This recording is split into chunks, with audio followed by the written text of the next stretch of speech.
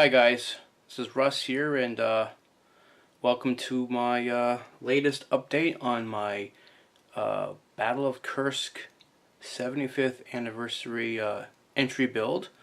I know it's August, the campaign is over, the Russians have made their counteroffensive and are pushing towards the Dnieper River or something, so that's okay. It's okay, it's all good. I'm kind of glad I kind of stuck with my pace, because I'm enjoying the results of my product and the fruit of my labor. So here we are, we're all painted up.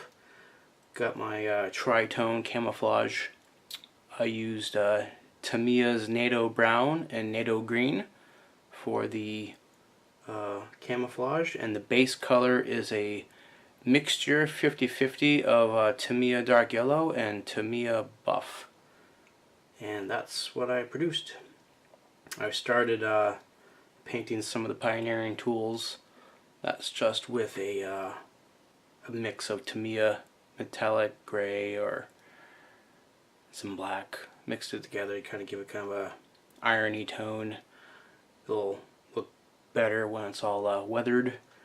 Still haven't worked on the wood handles yet. But if you remember watching my previous update, I did a lot of extra scratch work with the tool rack here because I had botched it up.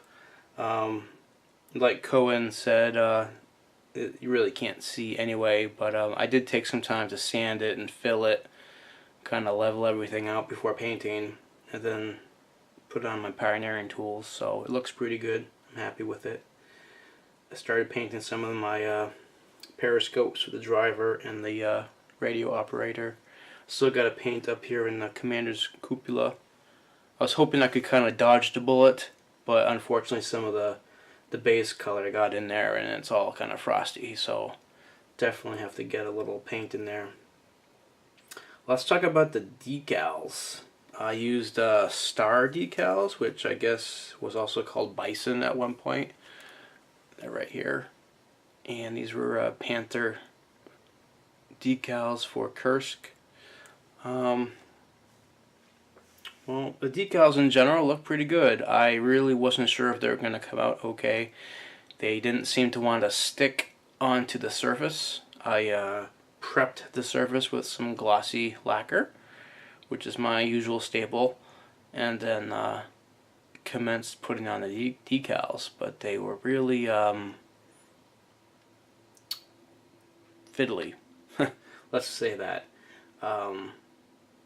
But looks like they stayed on. I used a lot of Salva set from Walthers. This is kind of like the last resort for stubborn decals, because over here on the port side we have the there's a pistol port. Also there's some rivets for the what we got here is a hatch. I think it's the shell ejection hatch. And the number 2 was right over that pistol port, and oh boy, I wasn't too sure if it was going to work or not. So I crossed my fingers and prayed to the great model builder in the sky, and threw on about maybe 3 or 4 coats of the Salva set over a period of maybe 2 hours.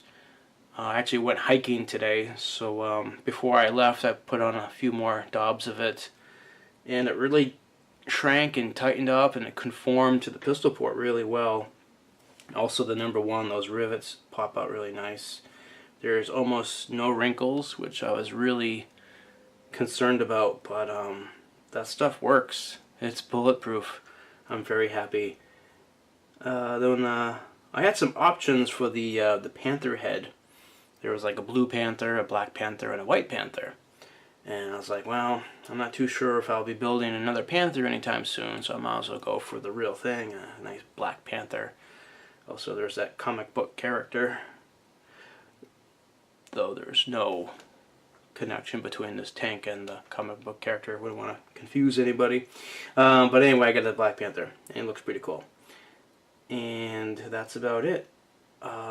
We have tracks. I have yet to paint them. They're all in my little baggies here. They're all in subsections, but I'm gonna wait for the wheels to get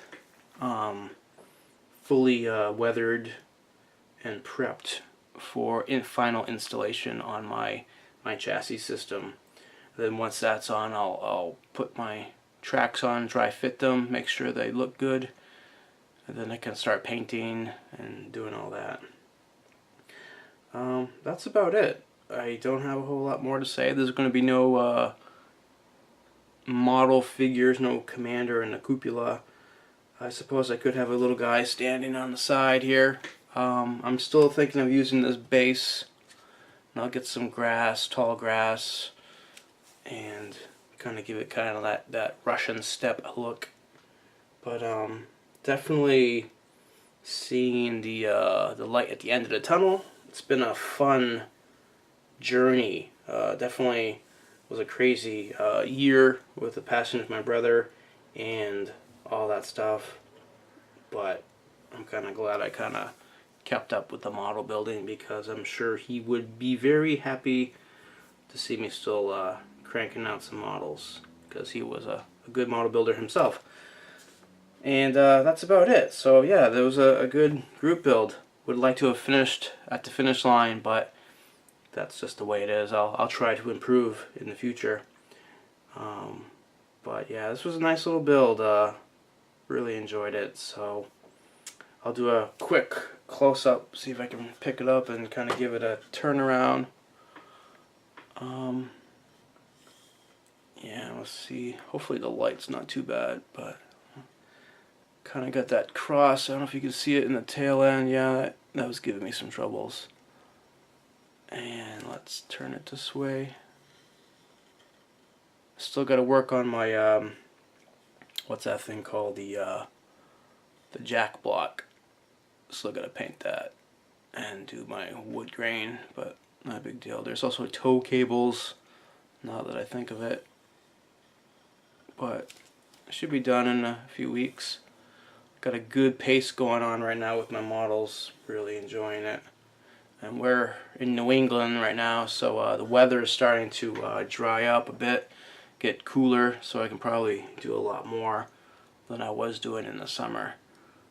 So, alright. Well, I'm going to let you all go and say goodbye. Alright, so this is Russell here, and I'll see you again here on YouTube. Model on.